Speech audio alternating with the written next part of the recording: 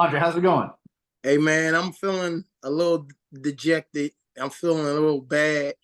Feel like I caught my lady cheating on me, man. But it's all right. The signs was already on the wall, man. I just didn't read them. But I'm gonna be okay, man. Hey, as you and I always say back and forth, as a recovering San Diego Chargers fan, I am used to the disappointment, whether we're talking regular season, prevent defenses trying to protect the lead, or an absolute meltdown in the playoffs. And, fly Eagles fly, but, you don't go from 10-1 to sliding out the playoffs like they just did without something on that in that locker room not being all the way locked in. Yeah, you could just tell it's a lot going on. It's a lot of finger pointing going on in the locker room on both sides, offense and defense. But man, let's just get to the nitty gritty. The first first one to walk the plank is James Bradbury. Again, bro, how the hell you go from second team all pro, the first team all bum in a matter of a year? That's crazy, man. Everybody that you had to line up against, they saw you, as my guy would like to call it, food. They seen food every time they lined up against you, and they just used you. And they was getting over every week. Every week, somebody having a big game on James Bradbury. You gotta go. Gotta go, buddy. That's gonna be a hurtful cap hit. And I know Howie is a cap wizard. You gotta go. No, no more. I don't want to see no more. 24. 24 remind me of Namdi Asamoah. You gotta go. And you played just like him. Next up on the plank is Sean Desai, Matt Patricia. I don't want no more Belichick guys unless it's Mike Vrabel. I don't want no more Belichick chop guys in the mix of my team. That coaching tree is one of the most overrated coaching trees in NFL history, in my opinion, under the Belichick tree. And Sean Desai, for you to have your first year as the DC, the defensive coordinator, and the horrible play, that like to go from what we went at the top of the board in sacks and interceptions to this year, everybody getting cooked. You got to go. And next up, Brian Johnson. I don't want to see you call another fucking play on this team ever again. You are offensively incompetent. You don't know what the hell you're doing. I hope Carolina give you the job to become head coach, and you can do your thing elsewhere. It's just not here in Philadelphia. And I got one more. Nick Sirianni, you got to understand they fired Dougie P after winning the Super Bowl 2 years in. After winning a bowl, you went to one, but you ain't got one win. You got to walk the plank too, buddy. Sirianni, you got to go. You got to go. This is all on you, buddy. You made the change for Sean Desai to be replaced by Matt Patricia. You made these decisions. The offense has not gotten better. Hurts took a step back in his play. You got to go, Sirianni. Walk the plane. Y'all got to jump in the water. It's time to clean house. And I hope Howie and Jeffrey Lurie bring out a Jim Harbaugh, which will be attractive, already tailor-made team for him to do his thing. Or I want Mike Vrabel here with Frank Reich as the offensive coordinator. I back that 1000%. People sometimes use that expression, right? Where it's like, oh, okay, sometimes heads got to roll. But like I said, from 10-1 to the exit that they had yesterday in the playoffs, if you're the top guy, which Nick Sirianni obviously is, right? It wasn't that long ago that we were all looking at this dude, weeping during the opening of the Super Bowl and pulling on America's heartstrings a little bit and all that kind of thing. Fast forward to today, and yeah, I mean, you're talking about a squad that had a superior offensive line, a superior defensive line, a superior player at the quarterback position. I'm telling you, Devontae Smith was locked in yesterday. I mean, He wanted it. We saw Heisman Trophy winning Devontae yesterday, man. he was pulling it out. He was pulling it out, and it's just a shame that a guy like Jason Kelsey, who is, I think, going to be a Hall of Famer, that was his last time putting on the uniform. right? Jason Kelsey will never have to pay for food ever again in this city. He could go anywhere he want, and he can just enjoy himself in this great, beautiful city of Philadelphia. He is a legend, an all-time great, one of the greatest centers of the decade for sure. He's a first ballot Hall of Famer. It was a pleasure to watch you grow from being a rookie into one of the all-time Philly greats. Thank you, Jason Kelsey, for all your service. Hey, man, I just hope you stay in the city and stay within Philadelphia, which he will, because he's a Philly guy. He's a Philly guy. He's going to be around for a long time, giving his opinions and takes. He might even have a position within the organization in a year or two or a few years from now. So he's a lifer. He's going to be a Philadelphia guy for till to the end. So I love Jason Kelsey, man. It's just a shame they wet the bed like they did with that being a possibility, man. But thank you for your service, Kelsey. Salute to Jason Kelsey. Thank you for your service. So, first question for you, Andre. Now that the Eagles are out of the dance, as well as the Cowboys also, right, dropping like just one of the biggest meltdowns I think that anybody could ever expect, especially from the level of expectations that were on the Cowboys this year. So, who feels worse right now? The Dallas Cowboys organization and their fans, or the Philadelphia Eagles organization and their fans? Like I spoke to you earlier, it would have to be the Dallas Cowboys.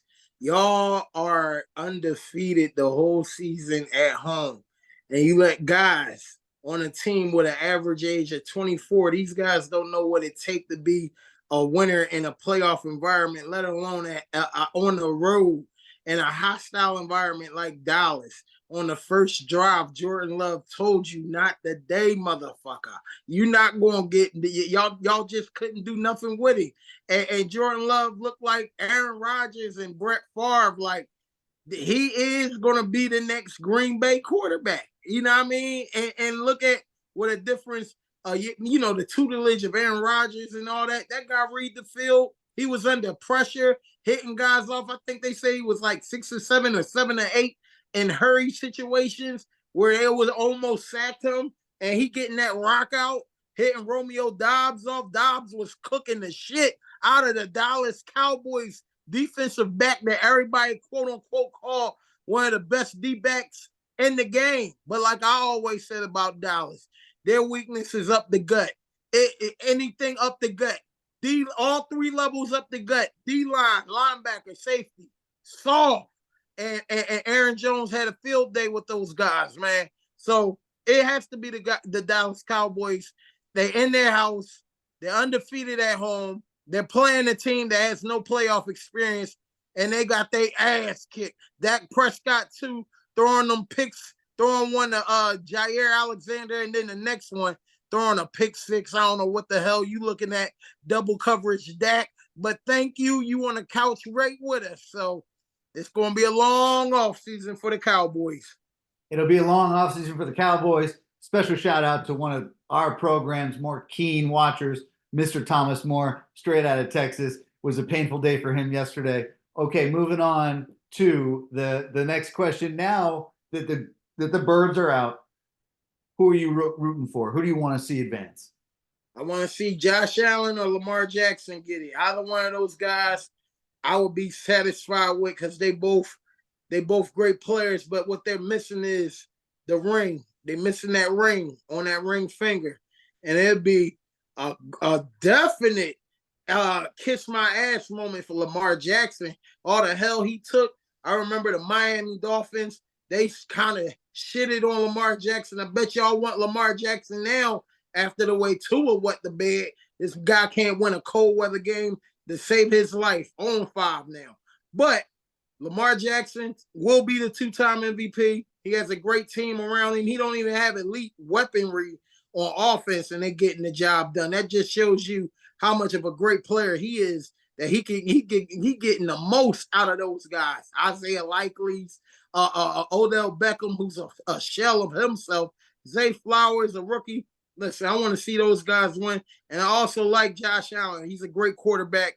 He gets a lot of slack because he's a gunslinger, and he's a guy that's going to live and die with his arm. So either one of those guys, I'll be satisfied. Watch out for the Bills knocking out the Chiefs next week in Buffalo. And look, that Baltimore-Houston game will be something spectacular. That's going to go to the wire, I promise you, and it's going to be a very close game with Baltimore pulling out the win. I like what you're saying. I'm right there with you.